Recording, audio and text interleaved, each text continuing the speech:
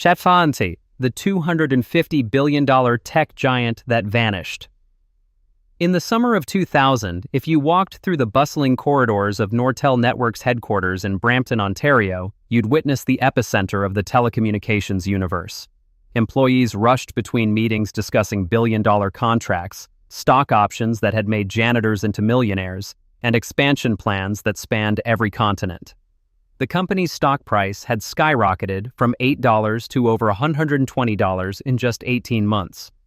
Nortel wasn't just Canada's largest corporation, it was the undisputed king of the internet infrastructure boom, worth an astronomical $250 billion and employing 95,000 people across the globe. Financial analysts proclaimed it the most valuable company in Canadian history. Pension funds had bet their futures on Nortel stock. The company's success had become so intertwined with Canada's economy that it represented over a third of the entire Toronto Stock Exchange. But within 9 short years, this telecommunications colossus would be completely obliterated, leaving behind nothing but bankruptcy papers, criminal convictions, and the financial ruin of hundreds of thousands of investors. This is the story of how one of the world's most powerful technology companies managed to engineer the most spectacular corporate collapse in history. Nortel's origins stretched back to 1895, when it began as Northern Electric and Manufacturing Company, a subsidiary of Bell Canada tasked with producing telephone equipment for the growing Canadian market. For decades, the company operated as a reliable but unremarkable manufacturer, content to serve its domestic market, while American giants like AT&T dominated the global telecommunications landscape. The transformation began in the 1970s when Northern Telecom, as it was then known, made a prescient bet on digital switching technology while competitors remained wedded to analog systems.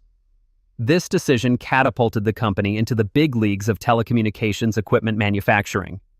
By the 1990s, Nortel had evolved into a global powerhouse, supplying the digital switches and networking equipment that formed the backbone of the world's telephone systems. The company's engineering prowess was legendary. Its research and development facilities in Ottawa were considered among the most advanced in the world, producing innovations that competitors scrambled to match. When the internet revolution began in earnest during the mid-1990s, Nortel found itself perfectly positioned to capitalize on the explosive demand for networking infrastructure. The company's optical networking equipment and internet protocol systems became the gold standard for telecommunications companies racing to build the information superhighway. The dot-com boom of the late 1990s transformed Nortel from a successful telecommunications equipment manufacturer into a Wall Street darling of unprecedented proportions.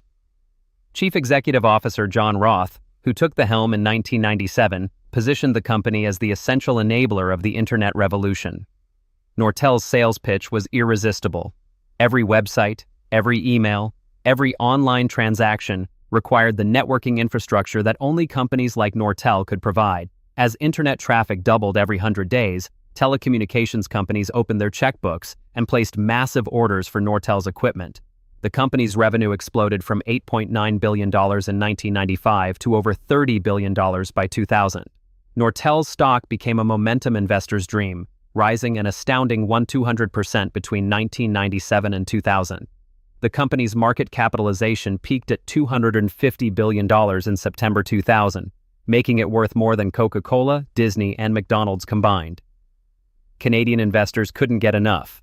Nortel represented 37% of the Toronto Stock Exchange's total market capitalization, meaning that virtually every Canadian pension fund, mutual fund, and individual investor had significant exposure to the company.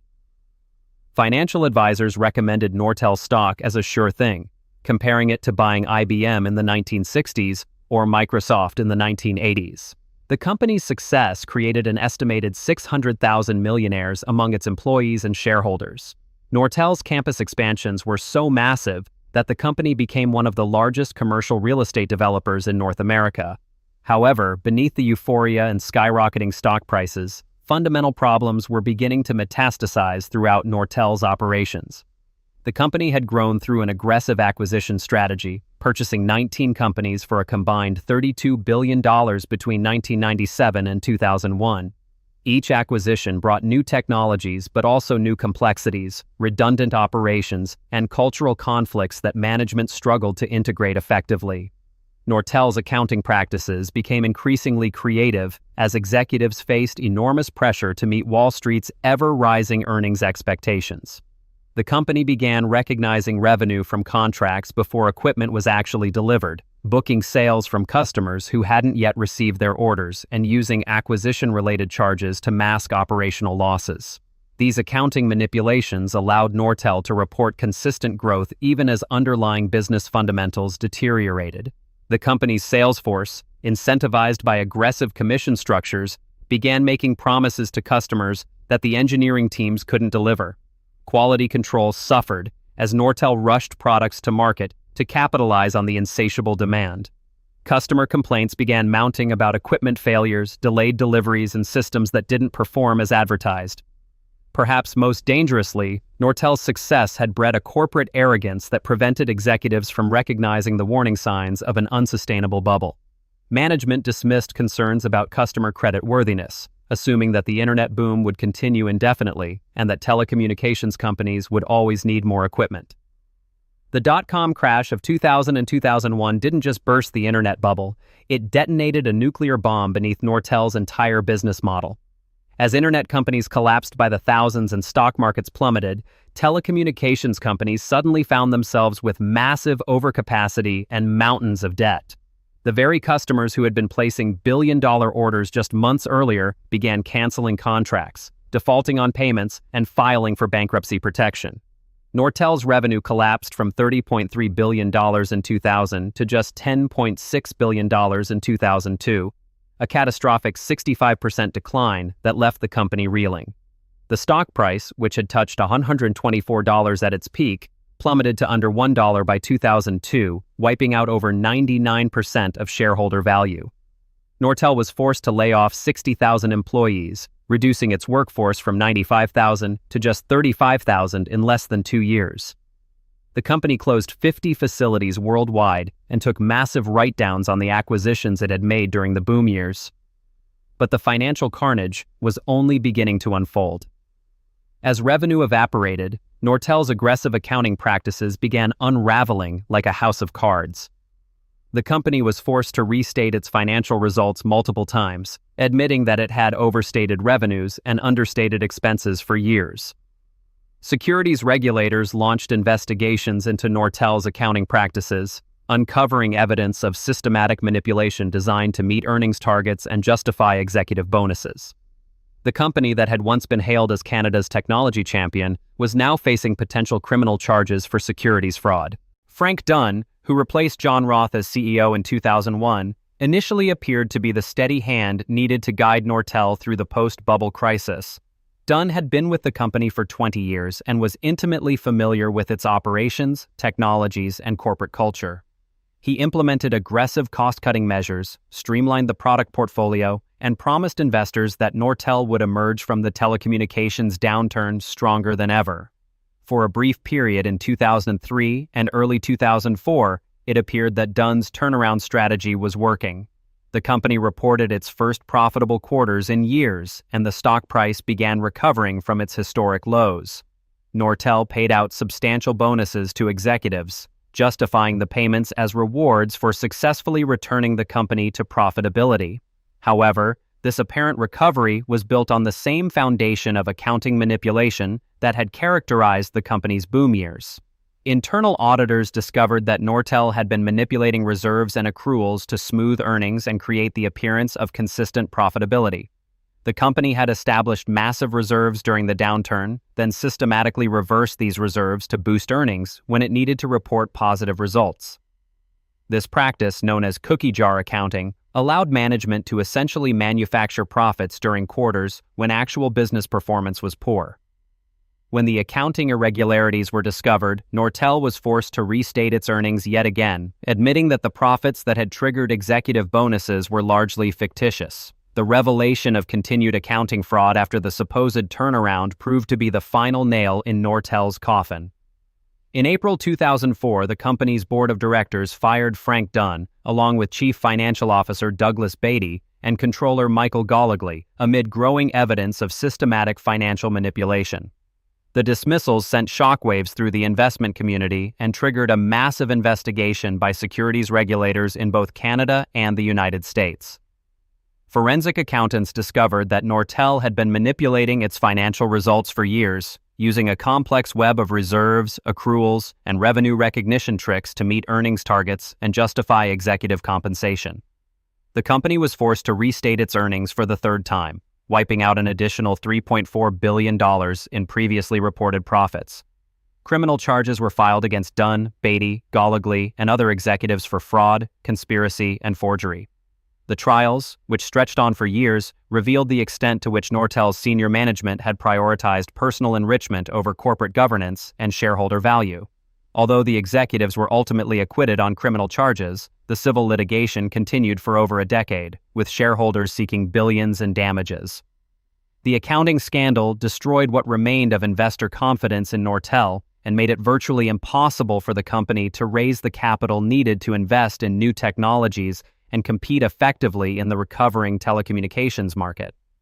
As Nortel struggled with legal problems and a damaged reputation, the telecommunications industry was undergoing a fundamental transformation that left the company increasingly obsolete. Chinese equipment manufacturers like Huawei and ZTE were offering networking equipment at prices that Nortel simply couldn't match, even as their quality improved dramatically. These companies benefited from lower labor costs, government subsidies, and a willingness to accept razor-thin profit margins to gain market share. Simultaneously, the nature of telecommunications infrastructure was evolving away from the proprietary systems that had been Nortel's specialty toward open-source, software-defined networking solutions. Companies like Cisco Systems had adapted more quickly to these changes, developing products that were more flexible, cost-effective, and easier to integrate than Nortel's legacy offerings. Nortel's research and development capabilities, once its greatest strength, had been gutted by years of cost-cutting and the departure of key personnel. The company found itself caught in a vicious cycle. Declining revenues led to reduced R&D spending, which resulted in less competitive products, which led to further revenue declines. Major telecommunications customers began steering their business toward more reliable suppliers, concerned that Nortel might not survive to provide ongoing support and upgrades. The company's financial instability became a self-fulfilling prophecy as customer defections accelerated the revenue decline.